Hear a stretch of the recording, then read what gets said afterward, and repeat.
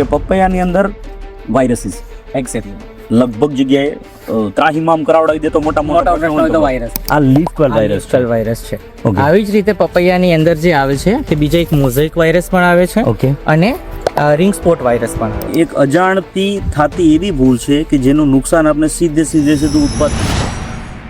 Main વસ્તુ રાવ સાહેબ એ છે કે આ પ્લોટની ખેડૂત સાથે વાતચીત થઈને જે આપણે રીતના જોડાયેલા છે એ મુજબ આ પ્લોટ 20-5 વાવેતર છે. માર્ચ, એપ્રિલ, મે, જૂન, જુલાઈ ઓલમોસ્ટ 4 મહિના તો કમ્પ્લીટ થઈ ગયા છે. 5મો મહિનો રનિંગ છે એમ. તો એ મુજબ આમાં જોવા જાય તો ઘણા સારા પ્લાન્ટ છે. ઘણી જગ્યાએ ન્યુટ્રિશન ડેફિશિયન્સી પણ દેખાય છે. ઘણી જગ્યાએ લીફ કર્લ વાયરસના સિમ્ટમ્સ દેખાય છે અને એવું ઘણું બધું છે. તો તમારા મત મુજબ તમે જે આ પ્લોટનું નિરીક્ષણ કરો છો તો તમને શું લાગે છે આમાં કઈ જગ્યાએ હજુ વધુ સારું થઈ શકે એમ છે? એક્ઝેક્ટલી. તો પહેલા જો આપણે જોઈએ ને તો ખેતર સારું છે, પણ આપણે જોઈએ તો હાઈટ અનઇવન છે. કોઈ જગ્યાએ પ્લાન્ટની કોઈ જગ્યાએ હાઈટ વધારે છે, કોઈ જગ્યાએ હાઈટ નીચી છે. તો અહીંયા જે આપણે વાત કરીએ છીએ અને પ્લસ આપણે ફીલ્ડનું જ પહેલાં ઓબ્ઝર્વેશન કરીએ. ઓકે. હાઈટ ઉપર નીચે છે.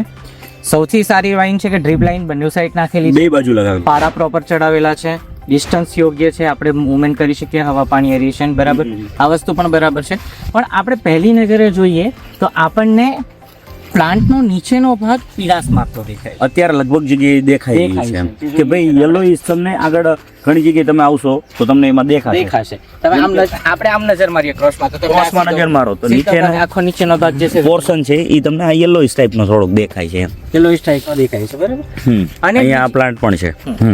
અને બીજી વસ્તુ કે મિડલનો પોર્શન તમે જોશો તો મોટા ભાગના પ્લાન્ટની અંદર જે મેગ્નેશિયમની ડેફિશિયન્સી ઇન્ડિકેટ થાય તો તે રીતની મેગ્નેશિયમની ડેફિશિયન્સી પણ ઘણા ભાગના પ્લાન્ટમાં દેખાય છે. લાઈક તમે અત્યારે જોઈ શકો કે અમુક ભાગના પોર્શનની અંદર એ રીતની વસ્તુ છે બરાબર. ઓકે. તો એક્ઝેક્ટલી મતલબ આની અંદર એ વસ્તુ થયું છે કે ન્યુટ્રિયન્ટ મેનેજમેન્ટ પ્રોપર નથી થયું. સમજી ગયું. એટલે જ્યારે પણ આપણે ફ્રૂટ ક્રોપની વાત કરીએ, પપૈયા, બનાના જેવા કે જામફળ છે, દાડમ છે કે એવું બધા, તો એની અંદર જે સૌથી વધારે મહત્વનું પાસું છે એ છે કે પોષક તત્વોનું નિયમન, બેલેન્સ એક પ્રકારે ન્યુટ્રિયન્ટ આપવાના છે. એવું નથી કે હવે હા. તો આપણે જેમ ફાર્મર જોડે વાત કરતા આપણને ખ્યાલ આવ્યો કે જ્યારે પ્લાન્ટેશન કર્યું હતું ત્યારે પાયામાં કશું નહોતું આપ્યું. પછી જ્યારે પાડા ચડાવ્યા ત્યારે 9-24-24 આપી દીધું. અને એ સિવાય જે પણ બાકીની માઇક્રોબિયલ ટ્રીટમેન્ટ છે એ એમની રીતે કરે છે. પણ હકીકતમાં કેવી રીતે હોવું જોઈએ? તમારો પાયો મજબૂત હોવો જોઈએ. જેમ આપણે દર વખત આપણા વિડીયોમાં કહેતા જોઈએ છે કે એક આદર્શ પાક માટે એક આદર્શ પાયો હોવો જરૂરી છે એમ. ઠીક છે. જેની અંદર સેન્દ્રિય પદાર્થ હોય, આપણા સૂક્ષ્મ જીવાણુઓ હોય, નાઇટ્રોજન, ફોસ્ફરસ અને પોટાશનું સપ્રમાણ હોય અને બાકીનો જમીનનો રિપોર્ટ હોય તો એના આધારે કેવી રીતનું બેલેન્સ. મેઇન વસ્તુ તો એ છે કે ખેડૂત મિત્રો જમીનનો રિપોર્ટ જો હશે ને તો જેટલો સારો તમારો જમીનનો રિપોર્ટ હશે ને એટલો જ સારો તમે તમારી ખેતીનો પાયો તૈયાર કરી શકો છો. એટલે એ આધારે જો પાયો તૈયાર કર્યો હોય પછી એની અંદર જે પપૈયાની અંદર આપણે ફર્ટિગેશન શેડ્યુલ જોઈએ છે કે આ તો ડ્રીપમાં છે. એટલે ડ્રીપમાં તમે દર અઠવાડિયામાં 2 વાર અથવા અઠવાડિયામાં 15 દિવસે 4 વાર એવી રીતે તમે શેડ્યુલ કરી શકો. બરાબર. એટલે જ્યારે પણ આપણે જેવી રીતે કે આપણા અત્યારના લિક્વિડ વોટર સોલ્યુબલના જે ગ્રેડ છે ચાલી રહી એમ દરેક વસ્તુ માટે એમના જે સ્ટેજ વાઇઝ એ આગળ વધે છે તો તેમના માટે તબક્કા વાઇઝ હા જે પણ પાક જે છે તે તબક્કા વાઇઝ પોષણમાં આગળ વધે છે તો તેમ તેમ એના નાઇટ્રોજન, ફોસ્ફરસ અને પોટાશનો રેશિયો બદલાતો રહે છે. સમજી ગયા બરાબર. એટલે આપણું પોષક વ્યવસ્થાપન પણ એવું જ હોવું જોઈએ કે જ્યારે પપૈયાનો પ્લાન્ટ અત્યારની આ કન્ડિશનમાં તે સોંપ્યા પછી શરૂઆતના 30 દિવસ એના મૂળના વિકાસ અને ડ્રાય મેટર માટે ત્યાં ફોસ્ફરસ હાઈ જોવું જોઈએ. નાઇટ્રોજન અને પોટાશ બેલેન્સમાં ફોસ્ફરસ કરતાં ઓછું જોવું જોઈએ. બરાબર. જેવું એ એસ્ટાબ્લિશમેન્ટ સ્ટેજ પાર કરી જાય, સ્થાપનની અવસ્થા પાર કરી જાય અને વાનસ્પતિક વૃદ્ધિમાં આવે એટલે નાઇટ્રોજન થોડો હાઈ થવો જોઈએ. પોટાશ અને ફોસ્ફરસ કમ્પેરેટિવલી એનાથી ઓછા હોવો જોઈએ અથવા તો ફોસ્ફરસ સાપેક્ષમાં સરખો હોવો જોઈએ. એ રીતે તમારે એનું નિયમન કરવાનું હોય છે. બરાબર. ને જો તમારી પાસે ડ્રીપ ના હોય અને ફ્લડમાં કરીએ છીએ તો વાવેતર વખતે પાયામાં પછી 30 દિવસે, 45 દિવસે, 60 દિવસે, 80 દિવસે એવી રીતે ફર્ટિલાઇઝરના હપ્તા આપવાના હોય છે. ઓકે. અને સૌથી વધારે ફ્રૂટ ક્રોપની જ્યારે વાત કરીએ તો મેગ્નેશિયમ, ઝીંક અને આયર્ન અને સલ્ફર આ 4 તત્વો ખૂબ જ મહત્વનો રોલ પ્લે કરતા હોય છે. એટલે એની બી તમારી જમીનમાં બતાવતા હોય તો એનું પણ તમારે મેનેજમેન્ટ કરવું પડે. બીજું રાવ સાહેબ એક પ્રશ્ન એ પણ છે કે ઘણી વખત છે ને આ બધા પાક છે ને આની અંદર નિંદામણનો એટલો તકલીફ હોય તો એમાં ઘણી વખત ખેડૂત મિત્રો અલગ અલગ પ્રકારની નિંદામણ નાશક નોન સિલેક્ટિવ કે સિલેક્ટિવ એવી રીતના યુઝ કરતા હોય છે. તો તમારા મત મુજબ ત્યાં એવી કઈ ચૂક થતી હોય કે જે ખેડૂતને નુકસાની આપી શકે છે અથવા તો છોડને પપૈયાના છોડને નુકસાન આપી શકતી હોય. તો પહેલી વખત જો પપૈયા જો આપણે પાક કરતા હોય તો એના માટે મલ્ચિંગ અત્યારે સૌથી બેસ્ટ જરૂરી છે. જો થઈ શકતું હોય તો એ જ કરવું જોઈએ, કારણ કે મલ્ચિંગના ઘણા બધા ફાયદા બીજા છે. બરાબર. અને મલ્ચિંગ પોસિબલ ના હોય અને જો વચ્ચે નિંદામણ થઈ ગયો તો નિંદામણ માટે જે પણ દવાઓ તમે વાપરો છો તો તેની વાપરવાની એક પ્રોપર રીત છે. મોટે ભાગે કોન્ટેક્ટ પ્રકારની આવે છે તે તમે આની અંદર વાપરો તો વધારે બેટર રહે, કારણ કે સિસ્ટમિક જે પણ પ્રકારની દવાઓ આવે છે, જો દવાના છંટકાવ પછી વરસાદ થઈ જાય કે ખેતરમાં આપણે પાણી આપતા હોઈએ તો એ જ જે છે તો એ સિસ્ટમિક દવાઓ મૂળ ઝોનમાં પ્રવેશી અને મૂળથી એક શોક લગાડે છે છોડને. બરાબર છે. એટલે એ ખેડૂત મિત્રો આ રાવત સાહેબે બહુ સરસ મજાની વાતચીત કરી છે. અને એક અજાણતી થતી એવી ભૂલ છે કે જેનું નુકસાન આપણે સીધે સીધું ઉત્પાદનમાં કે પૈસામાં કે ક્વોલિટીમાં દેખાઈ શકે છે.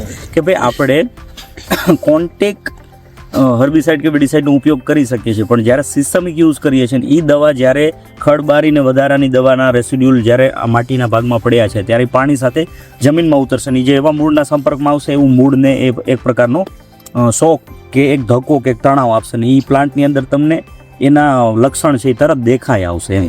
અને એ લક્ષણને જો પારખી ના શકે તેની ખોટી દવા પાછી અલગથી ચાલુ કરતા હોય એમ. બીજું રાવત સાહેબ એક પ્રશ્ન એ પણ છે કે પપૈયાની અંદર વાયરસીસ એક્ઝેક્ટલી લગભગ જગ્યાએ ત્રાહિમામ કરાવડાવી દે તો મોટા પ્રશ્ન હોય તો વાયરસનો. તો એ વાયરસને ઓળખવા કઈ રીતે, બીજા નંબરમાં ઓળખી લીધા પછી એનું નિયંત્રણ કરવું અને વાયરસ ના આવે એના માટે બીજી કઈ કઈ વસ્તુની આપણે એવી કાળજી એક સારા ખેડૂત તરીકે રાખી શકીએ. તો રોહિતભાઈ આ બાજુ આવી જાજો. તો આ એક પ્રશ્ન છે અત્યારે, બરાબર. પપૈયા લીફ કર્લ વાયરસનો, આ લીફ કર્લ વાયરસ છે.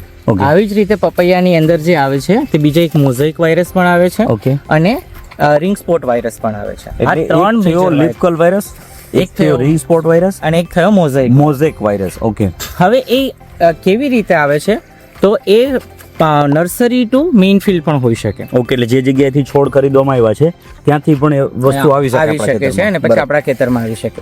પછી જેમ આપણે નર્સરીનું આપણું એક લાઈવ પણ હતું કે જેની અંદર આપણે જોયું હતું કે વાયરસમાં પહેલા લેટન્ટ પીરિયડ આવે, પછી ઇન્ક્યુબેશન પીરિયડ આવે ને પછી ઇન્ક્યુબેશન પીરિયડ પછી સિમ્ટમ્સ શો કરતો રહે છે. એટલે આ વાત જે ખેડૂત મિત્રો રાવત સાહેબે કરી છે ને એ લાઈવ સેશનની ડિસ્ક્રિપ્શનની લિંક અત્યારે અહીંયા આ વિડીયોમાં આવી જ રહી છે. તમે આ વિડીયો પૂરો કરીને તરત એ જોઈ જ લેજો, કેમ કે એ વસ્તુ જાણશો ને ખરેખર ખૂબ જ તમારા માટે ફાયદાકારક છે. એટલે જો આ રીતના વાયરસ જે ત્રણ છે તો એક વસ્તુ કે પપૈયાની અંદર વાયરસ પેનિટ્રેટ થાય પછી એને કંટ્રોલ કરવો બહુ અઘરો પડે છે. અને આ કન્ડિશનમાં પણ જ્યારે લીફ કર્લ જેવા વાયરસની વાત કરીએ તો એ વ્હાઇટ ફ્લાય જેવી જીવાત ફેલાવતી હોય છે. અને જો આપણે મોઝેકની વાત કરીએ મોલો જેવી જીવાત ફેલાવતી હોય છે. એટલે સૌથી પહેલાં આનામાં જે પણ ઇન્ફેક્ટેડ પ્લાન્ટ છે તેને કટ કરી અને રિમૂવ કરી, મતલબ રિમૂવ કરવા ઇન ધ સેન્સ કે દાટી દેવા અથવા બાળી દેવા, એના સિવાય બીજો કોઈ ઓપ્શન નથી. અને પ્લસ કે કોઈ પણ જીવાત, કેમ કે આ વાયરસ છે, કોઈને કોઈ જીવાત આપણને અત્યારે નથી દેખાતી પણ તમે આખા ખેતરમાં ફરો તો 5 જીવાત તો મળે આરામ, બરાબર. એને ફેલાવશે. હા, હવે એ ખબર ના પડે કે એ આની પર રસ ચૂસીને ગઈ હશે કે પછી સાઈડમાં સારા પર બેસી હશે. એટલે વાયરસના પાર્ટિકલ એને અહીંયાથી લીધા અને સારાની અંદર છોડ્યા. તો એ અત્યારે ના ખબર પડે કારણ કે એનો લેટન્ટ ફેઝ ચાલુ થાય, ઇન્ક્યુબેશન પીરિયડ ચાલુ થાય અને પછી સિમ્પટમ્સ થાય, એટલે દિવસો લંબાઈ છે. તો એના માટે શું કાળજી રાખવી? એની માટે પહેલા તો કે આ રિમૂવ કરવા જોઈએ, પછી આપણે જીવાત માટેનો એક સ્પ્રે લઈ લેવો જોઈએ. અને સૌથી મેઇન વાત કે જે આપણે અત્યારે ફિલ્ડની અંદર જોઈ શકીએ કે ખેડૂત મિત્રો એક વસ્તુ સમજવી ખાસ જરૂરી છે. તમે આવી જાઓ, તમને બતાવી દઈએ. ખેડૂત મિત્રો અમારા મોડાસા સાઈડના, બાયડ સાઈડના અમારા અધિકારી છે સાહિલભાઈ પરમાર. ખૂબ જ ખેડૂત પ્રેમી માણસ છે અને આ એરિયામાં રીએગ્રી વતી મહેનત કરી રહ્યા છે. હા રાવ સાહેબ, અહીંયા તમે જણાવો. તો જો અહીંયા આપણે જોઈએ તો અહીંયા ભીંડાનો પાક છે. હા, આ બાજુ આ એક ગવાર છે. હવે ગવારની હાલત તમે ચેક કરો, બરાબર. ઓકે, હવે આગળ જશો એટલે ત્યાં આગળ ચોરી આવે છે જનરલી. ત્યાં આગળ ચોરીનો પાક છે, એક્ઝેક્ટલી ભીંડો છે, ભીંડો, ગવાર હતો. હા, તો આ બધા જે વાયરસ માટે જે વેક્ટર્સનું વહન કરે છે એ જીવાતો માટેના હબ હોય છે.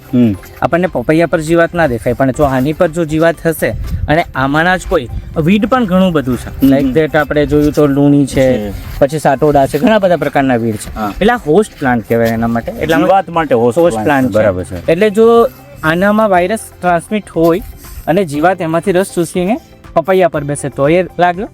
જ્યારે પપૈયામાં વાયરસ ટ્રાન્સમિટ હોય પછી ચોળી પર જાય એટલે તેમાંય વાયરસ લાગે, પછી આપણે દવા પપૈયા પર છાંટીએ એટલે એવું લાગે કે હવે ના થઈ ગયું, પણ ઓલરેડી ચોરીની અંદર કે ભીંડાની અંદર વાયરસનો એ વહન થઈ ચૂક્યો હોય એટલે પછી એનાથી પછી સારા પ્લાન્ટ વધતા હોય. એટલે મૂળ વસ્તુ એવી છે ને કે રાવત સાહેબ આ વાત છે નાની નાની બધી, આપને એમ થાય કાલને ઘરે ખાવા માટે 2 છોડ નાખી દઈએ. પણ એ 2 છોડ 20 વીઘાનું ખેતરને ખલાસ કરી ખલાસ કરી શકે. શકે. એટલે ઘણી વખત એવું નથી કે ન વાવવું જોઈએ, પણ આપણે ખેતરનો એક બીજો અલગથી એક ભાગ છે એને એના માટે અલગથી ફાળવી અને ત્યાં ઘર માટે કે આપણા પરિવાર માટે કે કોઈ સમાજ માટે આપણે જે પણ શાકભાજી ઉગાડી છે એને ત્યાં રાખવું જોઈએ, નહીં કે આ મિક્સ ક્રોપ સાથે, કેમ કે એની જરૂરિયાત કંઈક અલગ છે, એમાં આવતી રોગ જીવાત કંઈક અલગ છે, આની માવજત કંઈક અલગ છે. અને આ જોવા જઈએ સાહેબ આખા વર્ષ ઉપરની મહેનતનો પાક છે, એટલે આમાં ઘણું સારું એવું રોકાણ પણ થાય છે અને સારી એવી મહેનત થાય છે. તો એવી નાની નાની 2-3 ભૂલના હિસાબે ઘણી વખત આપણો પાક ફેલ જાય કે આપણી ઉત્પાદનમાં કંઈ પણ નુકસાની ના આવે એનું ધ્યાન પણ રાખવું જરૂરી જ હોય છે એમ. તો આ વિડીયોની અંદર પપૈયાના પાક વિશે આપણે સરસ મજાની માહિતી મેળવવાની કોશિશ કરી છે. છતાંય તમને કંઈ પપૈયાના પાકને લઈને કંઈ એવું લાગતું હોય કે ભાઈ મારા માટે આ વસ્તુ જાણવી જરૂરી છે તો તમે 72 111 52 53 72 111 52 52 0 આ નંબર ઉપર તમે વોટ્સઅપની અંદર તમારા પપૈયાના ફોટો મોકલી દેજો, તમારું નામ એડ્રેસ મોકલી દેજો.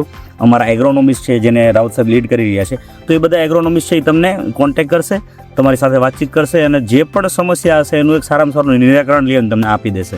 અને ફરીથી એક વખત કે જો તમે આ ચેનલ ઉપર નવા છો તો તમે એક વખત આ ચેનલને સબસ્ક્રાઈબ કરી લેજો, વિડીયોને લાઇક કરી દેજો અને સારો લાગ્યો તો 5-10 ખેડૂતને આગળ મોકલી પણ દેજો.